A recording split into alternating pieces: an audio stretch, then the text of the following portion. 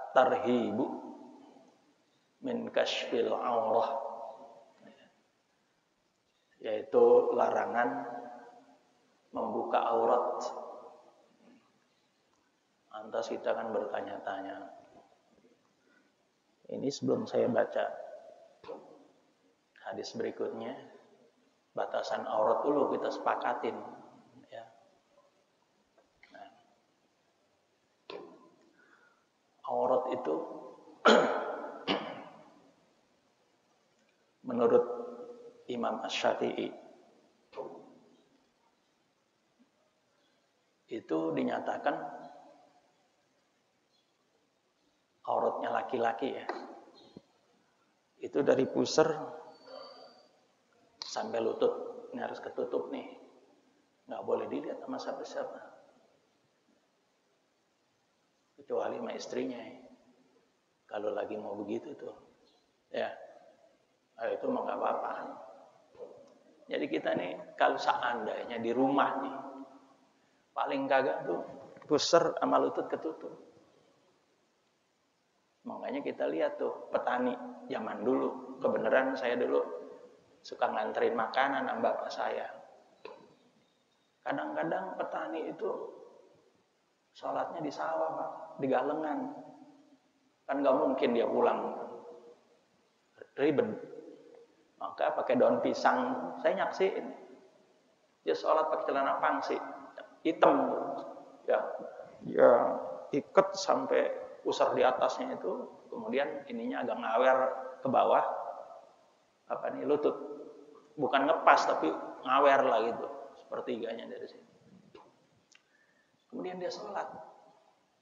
Ini sholatnya petani yang mungkin dia terpaksa, nggak mungkin bawa pakaian gitu, ya. Maka dia wudhu tuh di kalenan zaman dulu tuh bersih airnya. Nah dia sholat dah, sah apa kagak? Sah sholatnya. Hanya saja sholat yang macam kayak begini nih. Kalau dalam ilmu kan kita kan ada namanya, ada iman, Islam, ihsan. Ihsannya yang kurang gitu loh. Ihsannya yang kurang. Beri contoh. La ilaha illallah. La ilaha illallah. Ihsannya tuh di dalam hati, la ma'buda illallah.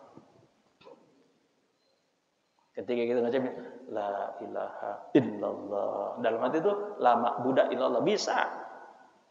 Jadi hati ini langsung la ma'buda illallah, la ma'buda bihaqqin illallah, la ma'buda bihaqqin illallah. Itu ihsan namanya.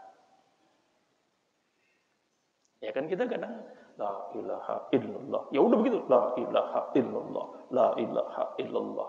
Ada yang sampai jungkir balik. Kayaknya Rasulullah juga nggak apa begitu-gitu amat kayaknya kalau menurut saya. Nggak apa jungkir balik. Biasa aja, nggak usah berlebih-lebihan. Nggak usah berlebih-lebihan.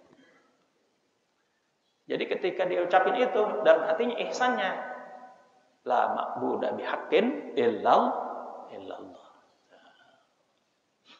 Biasain kok begitu. Jadi double tuh. Ada ihsannya di dalam namanya. Gitu juga orang sholat tadi. Sahih dia. Sholatnya tuh sah. Cuman ihsannya yang kurang. Gitu. Saya ngajar di sini. Kalau saya ngajar pakai kaos doang, yang penting kan ketutup. Tangan panjang, pakai peci, pakai lepis. Sah apa kagak saya ngajar? Sah. Cuman pasti di dalam hati Bapak nanya gini, semenjak kapan Ustaz Ma'mun itu mulai? Pasti di dalam hati. Dan besok nggak ngaji lagi, karena ihsannya ketinggalan. Muruahnya itu yang nggak pas. Walaupun mungkin orangnya pintar setengah mati. Ya, jadi kita ngadep sama Allah itu, kita ngadep sama lurah aja pakai ihsan, benar apa kagak? Atau kalau kita ngejasim pakai sepatu, kalau nggak pakai sepatu sendal disuruh pulang gitu. Saya pernah begitu. Dari minjem sepatu orang dulu, zaman ada peraturan gitu. Ihsannya begitu memang. Ngadep manusia aja ada aturannya. Tapi seorang petani ini karena keterpaksaannya dia. Jangan disalahin. Jangan, oh bapak sholat nggak pakai ihram gini, jangan. Orang ahli fikih itu nggak boleh begitu. Ya, melihat keadaan dulu, karena dia terpaksa dalam seperti begitu. Itu enaknya ahli fikih itu. Tapi kalau ahli hadis yang kayak begini mental nih, ya, wah dia udah Rasulullah nggak pernah sholat kayak begini. Wah ini keluar udah nih, ya. Wah ini takfiri dan nih, kafir orang kayak begini nih. Contoh sholat nggak pernah contohin sama Rasulullah, betul ya? Nah itu nggak boleh. Ini dosisnya keberatan. Ada di sini kira-kira yang punya dosis keberatan. Ya. Dosis keberatan juga kagak bisa diminum obat. Mabok kita jadinya, bukan malah bener. Ya. Nah, kemudian aurat perempuan. Nah, kita sepakatin dulu. Aurat perempuan itu semua badannya tertutup kecuali muka dan telapak tangan. Ini sepakat jumhurul ulama ya, jumhurul ulama. Kita nggak pakai mazhab yang lain-lain nanti malah bingung lagi nanti. Nah ini aja jumhurul ulama. Menurut Imam Syafi'i itu apa, muka dan telapak tangan. Terus bagaimana pakai syukur? Ada yang bilang wajib, ada yang bilang sunnah, minimal sunnah. Jadi kalau orang pakai syukur itu kelihatan matanya aja. Ada yang bilang wajib, ada yang bilang sunnah. Imam Syafi'i itu wajib, tapi imam yang lain kan sunnah saja. Tapi seandainya tidak dipakai, ya nggak apa-apa, orang sunnah hukumnya. Betul kagak? Jumhurul ulama sunnah. Makanya kita sholat terbuka tangan kita, kadang-kadang ini kelihatan kan nggak apa-apa. Belajar di sekolahan, guru masuk yang kelihatan mukanya, ya kan, sama telapak tangannya, gitu, nggak apa-apa. Nah, hanya saja aurat perempuan buat mahramnya, mahram. Kalau kita sebut muhrim ya, kadang-kadang ini muhrim itu sebenarnya orang yang melakukan ihram, Pak. Jadi aku udah ngaji digantilah mahram ya, yang dilarang dikawin, dinikahin, itu namanya mahram. Tapi kita kan kadang-kadang muhrim gitu ya. Nah, udah ngaji mau diganti lah, jangan muhrim. Muhrim itu orang yang melakukan ihram. Tapi kalau ada kiai nyebut muhrim, ya biarin aja. Emang udah menjadi common mistake in Arabic gitu loh, kira-kira gitu. Ya. Sama silaturahim apa silaturahmi. Kebanyakan mereka silaturahmi. Kadang-kadang kiai juga begitu nyebut silaturahmi. Yang benar silaturahim. Rahmun itu penyakit perut. Itu namanya rahmun. Makanya orang kalau lagi ngadain silaturahmi ngomongnya gini deh. Bagaimana suami lu sekarang kerja di mana? Wah, suami gue udah kagak kerja. Ya, kerjanya cuma mancing mulu. Mana ngukur badan mulu lagi di atas balai. Nah, ini namanya silaturahmi, menyambung penyakit tali perut dari satu diungkapin satu sama lain. Karena istilahnya ya kayak gitu. Tapi kalau silaturahim itu menyambung tali kasih yang kusut-kusut itu diurai, itu namanya silaturahim. Makanya istilahnya silaturahim, bukan silaturahmi. Tapi ada juga yang nyebut itu silaturahmi, ya biarin aja. Ya. Jangan lantas udah mulai belajar pesan makmum, jangan, ini dosisnya keberatan namanya. Ya. Jangan, kita nggak boleh punya dosis keberatan, jangan, nggak boleh, nggak diterima kita. Dalam hidup itu ya biasa aja, santai aja. Gitu. Makanya orang semakin banyak ilmunya bukan semakin banyak nyalain orang, tapi saling menghormati orang lain. Orang yang ciri-cirinya orang banyak ilmunya bukan marah-marah, bukan nyalain orang, tapi semakin menghormati orang lain. Satu saat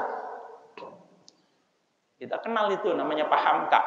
Pak Hamka itu orang Muhammadiyah. Kalau sholat kagak pakai kunut. Idam Khalid itu ketua NU. Kalau sholat pakai kunut. Pak Hamka disuruh jadi imam. Ya. Pak Idam Khalid di belakang. Sholat tuh Pak Hamka. pakai kunut dia. Padahal dia sholat nggak pakai kunut, pakai kunut. Kemudian setelah salam gitu udah zikiran juga.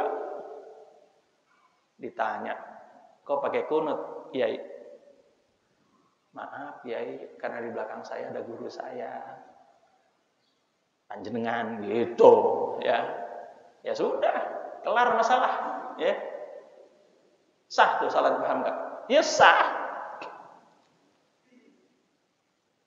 Tapi ada di masjid yang dosisnya keberatan, malah ditempel depan masjid. Ada, saya nyengir, saya baca. Itu di dalam kitab Bulughul Maram juga ada bahwa kunut itu adalah muhdas. Muhdas itu adalah bid'ah yang baru. Rasulullah nggak pernah ngerjain. Jadi setiap yang bid'ah itu dolalah finnar. Dosisnya keras. Ada masjid yang nempel begitu. Masjid yang kagak pakai kunut. Depan lagi nempelnya. Jangan dirobek Pak, jangan, biarin aja, hormatin aja. Nah, itu. Jadi orang paling enak saling menghormati. Emang dia maunya begitu dengan apa? Itu. Nah, terus aurahnya kita sepakat nih sama aurah jumhurul ulama ya, terutama Imam Syafi'i. Auratnya perempuan kepada mahramnya itu gimana? Nah, kalau ini kepada umum ajnabiyah itu. Ajnabi jelas itu muka dan telapak tangan yang boleh kelihatan, yang lainnya haram. Oke? Nah, sekarang auratnya dia sama mahramnya. Mahram itu ada 3 disebabkan mahram itu, Pak. Namanya mahram mu'abbad. Nah, mahram mu'abbad, jadi saya ngajar fikih nih ya kalau gitu ya. Jadi ini saya berkenaan dengan fikih ya. Mahram mu'abbad itu yang haram selamanya dinikahi. Ada 3 sebabnya. Sebab nasab, apa? Sebab nasab, contoh anak perempuan nggak boleh kawin sama babanya, nggak boleh kawin sama saudara-saudaranya. Laki-laki, kakak atau adiknya, pamannya dan seterusnya. Itu namanya mahram sebab apa? Nasab, turunan. Itu nggak boleh. Ada lagi mahram disebabkan musyawarah, perbesanan, pernikahan, sebab pernikahan, musyawarah. Yaitu nggak boleh kawin sebab adanya perkawinan. Contoh, si Zainab kawin sama si Ali. Si Ali kan punya bapak tuh, maka si Zainab nggak boleh kawin sama bapaknya gitu loh. Sama saudara-saudaranya si Ali, baik laki-laki yang abangnya atau adeknya, selagi dia masih hidup gitu. Tapi ntar mah kalau si Alinya mati, turun naik ranjang atau turun ranjang itu boleh nikah. Tapi selaginya Ali masih ada, abangnya Ali kayak adanya Ali nggak boleh, itu termasuk mahramnya. Tapi kalau si Alinya mati, kemudian turun ranjang, ini boleh. Paham ya di situ? Ini disebabkan apa? Musyawarah. Ada lagi namanya disebabkan yaitu rodoah. Rodoah itu persusuan. Jadi umpamanya Zainab, orang dulu tuh ya biasanya kan lahir tetenya kering Pak, kagak ada air susunya, dititipin sama si Zainab umpamanya. Bu Zainab, ini saya titipin anak saya, tolong ditetein. Anak ini, cewek ini nyusu sama Bu Zainab. 5 tegukan udah pada masuk dan ini mah ya. Kemudian Ada lagi di sono, namanya si Halim. Nah, si Halim ini juga dititipin sama Bu Zainab. Ini namanya persaudaraan karena persusuan. Nggak boleh kawin dia itu. Karena itu mahramnya. Paham ya Pak ya? Di situ ya. Jadi disebabkan tiga hal. Sebab nasab, sebab musyaharah, sebab radha'ah. Nah, bagaimana perempuan auratnya terhadap mahramnya itu? Jumhurul ulama wabil khusus Imam Asy-Syafi'i rahimahullah itu membatasi dari pusar sampai lutut atau tertutup perutnya lah ini tertutup sampai lututnya. Nah, itu kalau ininya kelihatan bagaimana? Asal tidak ditonton-tonton, kelihatan nggak haram babanya melihat. Asal untuk tidak dipertontonkan. Mungkin dia habis mandi gitu ya, keluar dari kamar mandi, ada abangnya dari mungkin. Nah, biasanya kita ini kebalik. Yang ditutupin itu biasanya serak ininya. Yang ininya kemana-mana kadang. Lah ini yang salah. Ya, betul. Saya diri ya. Anduk kan ngepres ya anduk. Oke. Lah anak tuh bocah kadang-kadang yang ditutupin kan ini, betul? Karena dia malu. Yang ininya ngablak kemana-mana nih. Itu nggak boleh. Mestinya yang ditutupin pusarnya nih ketutup sama lututnya sini. Masalah ini kan bisa ditutup begini, gitu. Seandainya kelihatan juga bukan untuk dipertontonkan, terpaksa kelihatan aja nggak jadi masalah. Nah itu yang kadang-kadang kita itu kebiasaan-kebiasaan kecil tapi kita kurang perhatiin. Ya. Anak di rumah, cewek udah dewasa lagi, pakainya cuman celana pendek, pahanya kelihatan, dengkulnya kelihatan. Kagak boleh itu, walaupun di depan abangnya, adeknya, babenya, tetap ditutup. Termasuk kita juga berusaha untuk menutup aurat kita di depan anak-anak kita.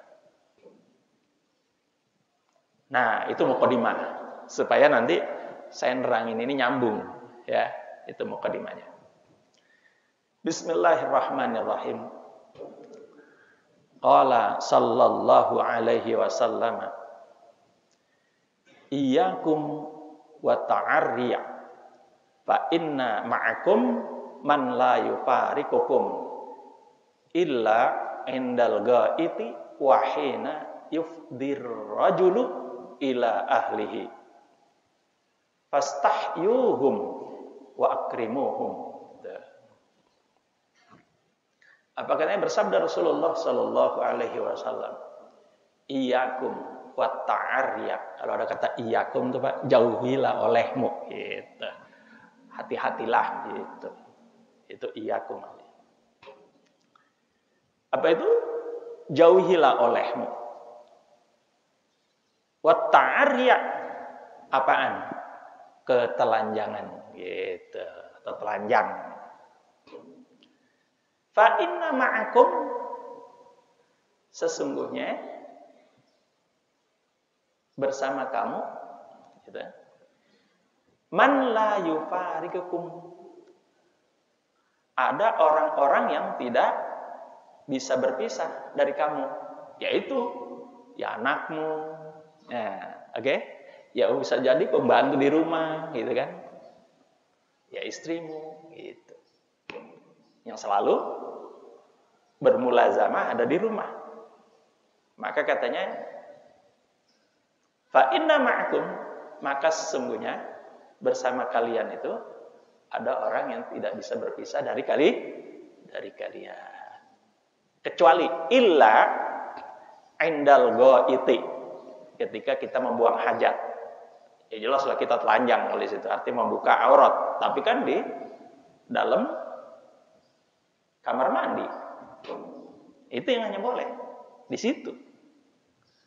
Kemudian wahina yufdir rajulu ila ahlihi. Yang kedua, dan ketika seseorang Laki masuk ke kamar istrinya. Itu sih masa bodoh, telanjang, nggak apa-apa, padahal mau begitu, ya kan? Udah nggak ada aurat-auratan kalau begitu mah, kira-kira begitu. Hanya itu doang yang boleh membuka aurat ketika berak, ya, kamar mandi maksudnya, dan ketika mau bergaul seseorang sama istrinya, itu yang boleh dibuka. Yang selainnya tetap kita jaga aurat walaupun sama anak kita. Nah, ini orang tua pakai celana buntung, dia bawa dengkulnya kemana-mana, itu kan aurat itu. Di rumah, ya anaknya ngikutin besok-besok. Jangan jaga aurat nih, pakai jilbab, babanya aja pakai celana buntung mulu di rumah. Dengkulnya kelihatan kemana-mana, kan itu aurat itu. Nah, maka katanya fastahyuhum, maka kalian malu sama mereka, ya, malulah, punya rasa malu terhadap mereka. Kemudian wa akrimuhum, dan muliakan mereka. Jadi ketika kita nutup aurat kita itu sama juga kita memuliakan mereka. Jadi kita memuliakan anak itu bukan hanya sekedar ngomongnya santun, bukan gitu juga, tapi jaga aurat bagian daripada memuliakan anak-anak kita. Ngajarin ya, paling enggak orang tuanya menjadi contoh. Itu ada prinsip begini, ada kata-kata begini bagus. Kaifa kanal ab kanal walad. Kaifa kanal ab kanal walad. Bagaimana bapaknya begitu anaknya. Nah, jadi buah nggak jauh jatuh dari pohonnya, ya. Kaifa kanal ab kanal walad. Orang tuanya kagak ngerokok, makanya anaknya kagak ada yang ngerokok. Saya di rumah kagak ngerokok. Anak saya satu juga kagak ada yang ngerokok. Dia malu ngelihat saya kagak ngerokok. Itu. Makanya sampai sekarang anak saya kagak ada yang ngerokok, alhamdulillah. Tapi jangan lantas begini, oh rokok haram, jangan juga begitu. Ya. Ngerokok itu paling kagak hukumnya makruh. Apa? Makruh. Rokok hukumnya makruh tuh paling kecil dah tuh, paling kagak dah. Cuman kan makruh itu adanya haram. Nah, itu dia. Makruh adanya haram. Ya, sama abangnya kita kagak mau, masih haram, masih makruh kita mau, gitu masalahnya. Tapi juga hati-hati. Orang fikih itu juga bisa mengatakan jadi wajib. Loh, saya ngaji sama guru saya almarhum Yai, ngerokok hukumnya apa? Dia kagak mau jawab. Diem aja, ngerokok aja.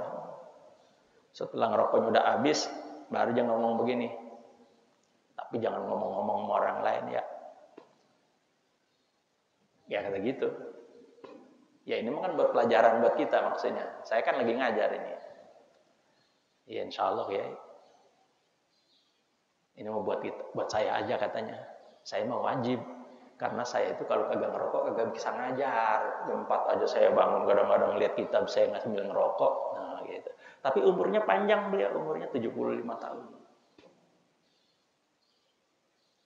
Nah, jadi haram kagaknya tergantung ilahnya. Contoh, babi haram ya. Babi haram, betul. Tapi kalau kita di hutan, nggak dapat apa-apa, udah gali tanah, ada babi lewat, kita panah, terpaksa dah nih. Kalau terpaksa jangan diomongin, ya halal. Asalnya kan haram ya. Nah, kalau udah terpaksa banget tuh. Kalau gua kagak makan mati, gua makan daun muntah mulu bawaan. Makan tanah yang di bawah tuh yang kira-kira dimakan ular engkok juga nggak kuat ya. Muntah lagi, mungkin lapar aja. Ada babi dah nih. Dia jepret babi, ya. Mau nyari yang lain-lain kelinci kagak ada, dijepret sama dia. Kemudian dia potong, dia gorok, dia bakar, halal asal alasannya dulu. Ya, apa ilahnya itu? Ad-darurah tubihul mahzurat, oke? Cuman jangan sebentar-sebentar darurat. Uang haji boleh dipakai buat tol, buat apa itu darurat. Ya jangan lebih darurat, pas gila dipakai nggak terpaksa, karena nggak sengaja, kan aneh buat jadinya. Itu, darurat yang begini nggak bisa. Darurat yang gini nggak bisa. Alhamdulillah min dzalik. Gitu.